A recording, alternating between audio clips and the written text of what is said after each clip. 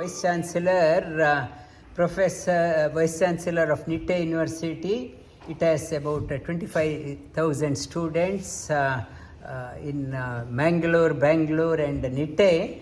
And he is here as at the invitation of Australian government on how to collaborate. Australian government wants to collaborate with Indian universities to enrich both countries. I welcome him and I will request him to address us.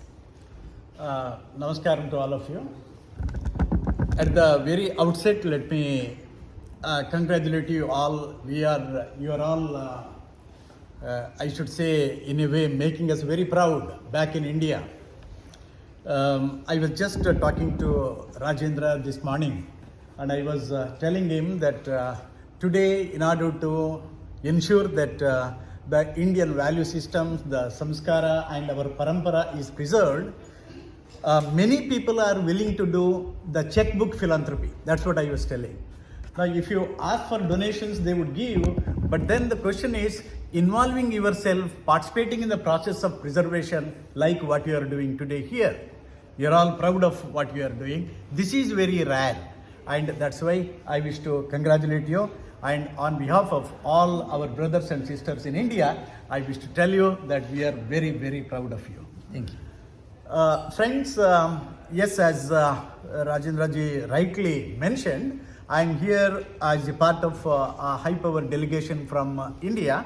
Some 8 universities were invited to Australia by the Austrade, part of the Australian government, to find out how we can strengthen our association with the Australian universities, and how is that we can create a symbiotic win-win kind of a relationship with the universities here in Australia.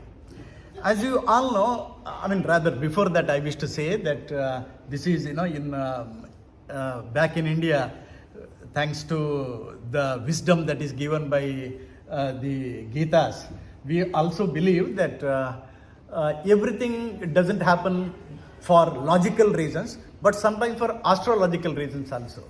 Even my coming here, 1 month ago, I never thought that I'll get an opportunity to come over here. My wife and daughter had come here earlier, and every time they would say, "You have gone to so many countries, but you have not gone to Australia."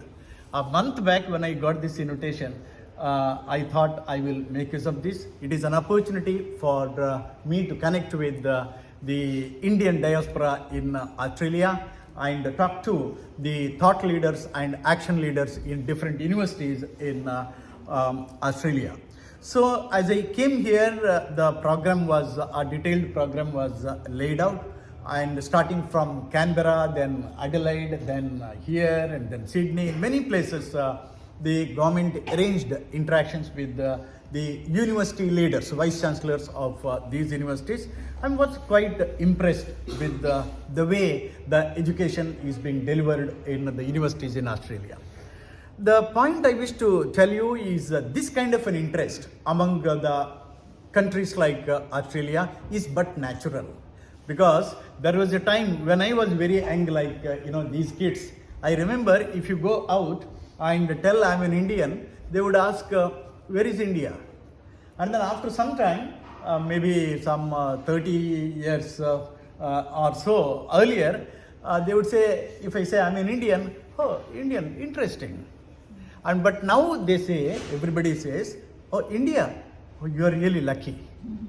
There is a transformation that is happening. Some of you who have read The World is Flat by Thomas Friedman, which was written somewhere in 2005, there he gives an anecdote, and he says, 20 years ago, if a child refused to eat, in America, the mother would say, eat, otherwise the hungry Indians will take away your food. Okay, and in the same anecdote he says, now the same mother says to her son who has become 20 or so, now he says, study, work hard, see what is happening in other part of the world, otherwise the intelligent Indians will take away your jobs. The kind of transformation that is taking place. I don't fully agree with him, but certainly I must say that India is really is changing. Now if you see, even the population wise also, if you see, we are the most populous country in the whole world, and we have beaten China and more than 1.45 billion population. But that's not the important thing. What's more important is our population is young population. That is, the median age of Indians is 28.4 years. You compare the same for Australia, it is 35 years, median age. Okay, you compare the same for US or UK, it is 39 years. The same for Japan, 49 years. Now you find that these are all economies are graying, like gray hair like me, all elderly people are there.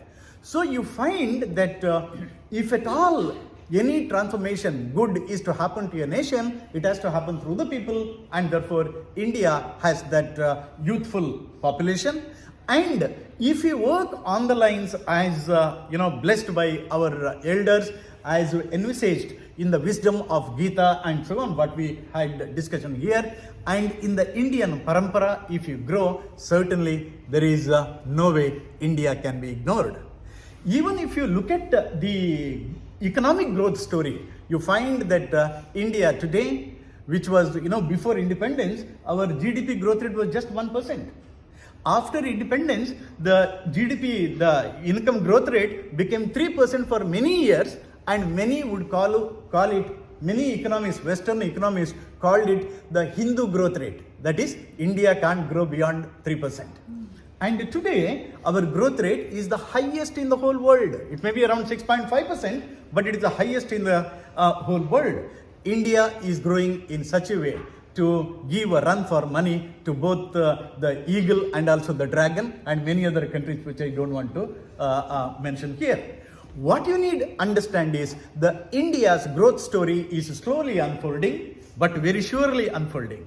India is going to be the talent capital for the whole world. Talent capital for the whole world. The ancient wisdom that you are acquiring through the processes like what we have here is certainly going to strengthen that.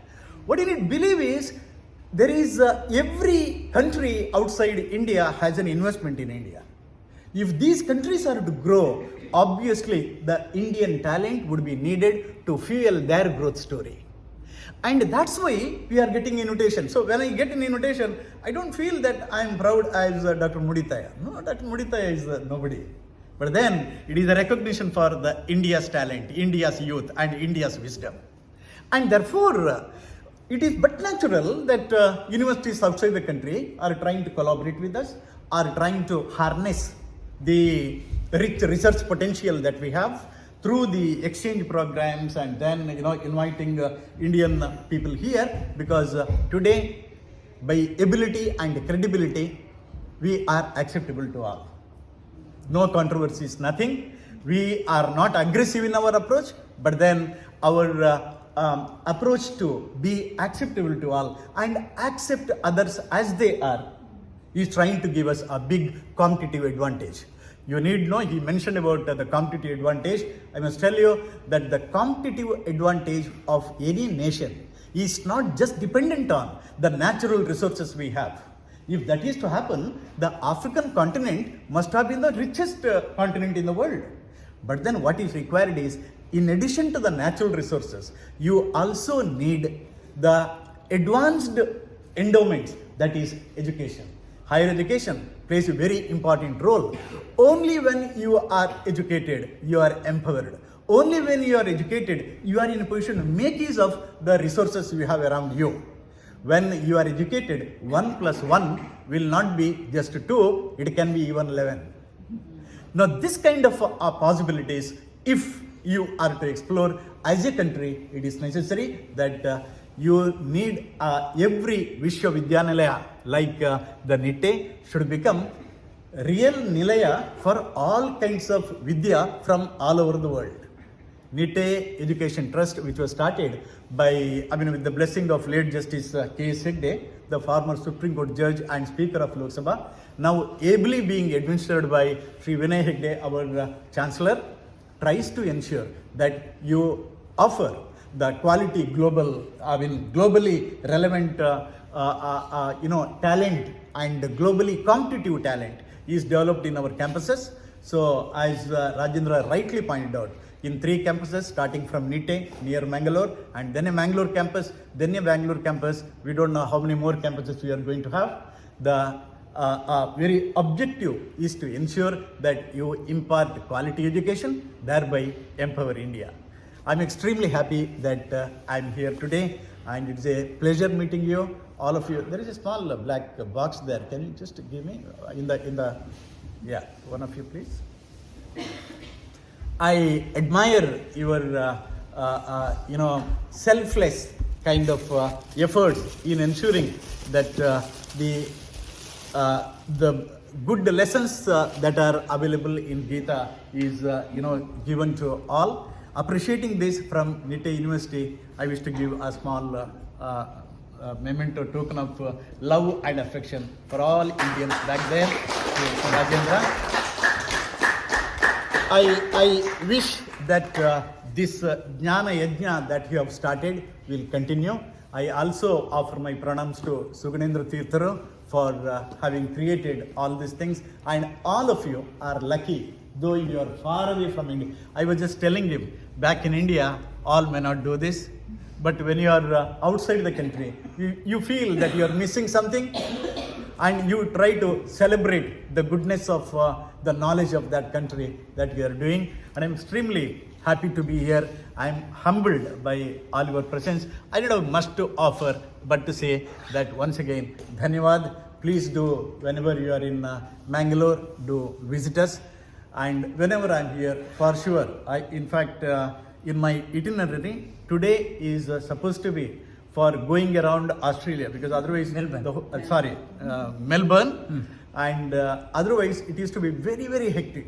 Daily we will meet 2-3 vice chancellors and their senior administrators to work out strategies to penetrate into, they want to penetrate into Indian market, we want to explore the possibilities of working with the American university. Australian universities. Though that used to be the agenda daily. So early morning we start till late evening. So the meetings, lunch on meeting and also dinner meeting, discuss the same thing. So today I thought I have an obligation, because I've seen Rajendra from a very young age, before he met her. Even before he met her. Okay? So I know him very, very well. We call him Raja. Our Raja has become a Raja Yogi. And I'm very, very proud of that. I wish that many more opportunities we will have like this, and he would inspire many, many, many people in the days to come. Thank you so much.